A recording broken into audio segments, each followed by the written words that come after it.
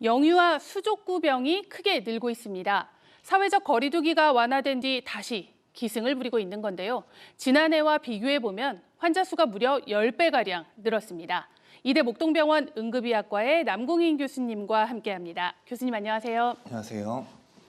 수족구병, 우리 아이 키우는 가정에선 참 익숙한 질병입니다. 어떤 병일까요? 네, 수족구병은 이름이 모든 것을 설명하는 질병입니다. 수는 손수, 족은 발족, 구는 입구입니다. 손과 발과 입에 동시에 수포가 생긴다고 해서 지어진 이름인데요. 영어로도 핸드, 풋, 마우스 질환이라고 합니다. 이것들을 한 글자씩 번역해서 따온 이름인데요. 이 수족구란 이름만 잘 기억해두면 이 수포가 보였을 때 혹은 입에 보였을 때 손과 발 찾은 다음에 수족구 병이구나 이렇게 할 수가 있겠죠.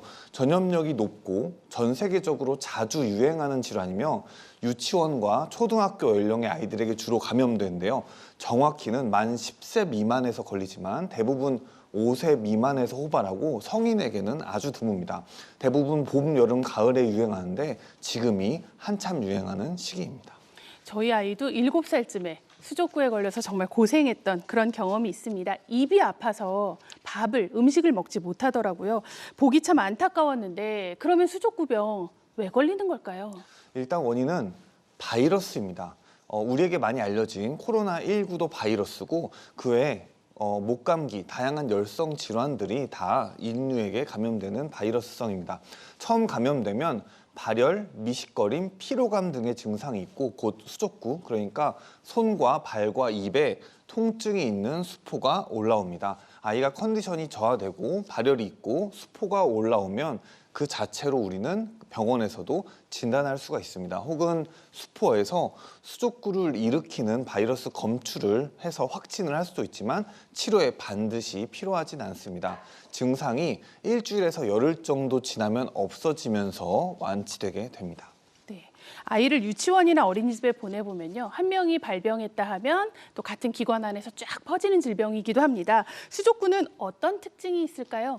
네, 수족구병은 바이러스에 감염되어서 전염성이 있는 환자의 비말, 그러니까 콧물, 침 등으로 침방울, 전파가 네. 될 수도 있고요. 또 분변에서도 많이 검출돼서 이게 타인의 입으로도 전염됩니다. 전염력은 감염 후에 약 3일에서 6일 정도까지 유지된다고 알려져 있고요. 그런데 우리가 생각을 해보면 같이 생활한 가족이라도 비말, 콧물, 침, 분변 등이 직접 튀겨서 다른 사람의 입이나 호흡기 점막으로 들어가는 일은 어렵습니다. 그래서 전염은 대부분 사람의 손이 매개가 돼서 손이요? 이루어지고요. 네. 네, 타인의 비말, 콧물, 침, 분변 등으로 배출한 바이러스를 손으로 만지고 식사하거나 혹은 실생활에서 얼굴을 만진 도중에 들어가게 돼서 전파되게 됩니다.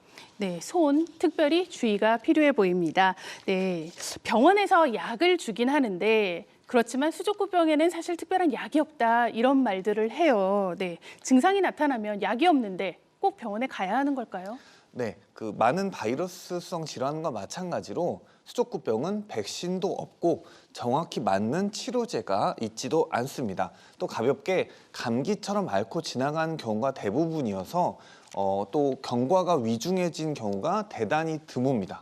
그래서 수족구병이지만 환자가 식사를 잘 하고 건강할 경우 반드시 병원에 오지 않아도 괜찮습니다. 다른 약한 감기나 장염 증세가 있을 때 우리가 반드시 병원에 가지 않는 것과 같은 이치입니다. 비슷하게 생각하면 된다. 네. 하지만 입안에 수포가 많이 생겨서 아이가 음식을 섭취하거나 물을 마실 때 많이 따가워하기도 합니다. 또 입과 손발에 물집이 있으니까 가만히 있어도 많이 고통을 호소하기도 합니다. 아이가 아파 보이면 병원에 내원하면 대증치료로 일반적인 진통 소염제를 사용할 수가 있고 열이 심할 경우 미온수로 닦아주거나 해열제를 처방할 수도 있습니다. 다만 입안에 수포가 심해서 수분 섭취가 어렵고 게다가 발열 때문에 탈수가 온다면 정맥으로 수액을 공급하고 대증치료를 할 수가 있고 상태가 나빠 보이면 그래서 병원에 반드시 방문해야 하는 이유입니다. 드물게 수족구병으로 뇌수막염이 진행될 수가 있는데 머리가 아프거나 목이 당기거나 또 드물게 경기를 하거나 의식의 변화가 있을 경우에는 바로 병원에 와야겠고요. 심장 쪽에 합병증도 보고가 되어 있습니다. 상태가 안 좋아 보이면은 가까운 응급실로 이럴 때 내원해 주시면 되겠습니다. 네, 우리 어린이 질병들이 흔히 그런 것 같아요. 먹지를 못해서 아이들이 많이 기운이 빠져하고 힘들어하죠. 네, 백신도 치료제도 없는 만큼 예방이 정말 중요해 보이는데요. 수족구병을 예방하기 위해서 어떻게 해야 할까요? 네, 코로나19 때도 그랬듯이 수족구병의 예방은 1차적으로 손을 잘 씻는 겁니다. 아이가 배변했거나 기저귀를 갈고 나서 혹은 식사 전에 혹은 수시로 비누로 손을 30초 이상 잘 씻어야 합니다. 이 손을 잘 씻으면 수족구병뿐만 아니라 코로나19나 기타 감기, 장염 등을 일으킬 수 있는 많은 전염성 질환을 예방할 수 있습니다. 또 옷을 자주 빨고 생활 공간을 잘 소독하고 이런 것들도 도움이 되겠고요. 당연히 수족구에 물집이 잡혀서 전염성이 있을 때 바깥에 외출하거나 어린이집 혹은 학교에 등교한다면은 감염원이 될 겁니다. 그래서 일주일 정도면은 완전히 치료되는 질환이므로 전염성이 있을 때 격리도 필요합니다. 네, 격리를 해야 된다. 그런데 이번 주에 참 많은 학교들이 개학을 합니다. 우리 또 개학을 하는 학부모님들에게 이런 점은 주의해 주세요라고 하실 말씀이 있다면요?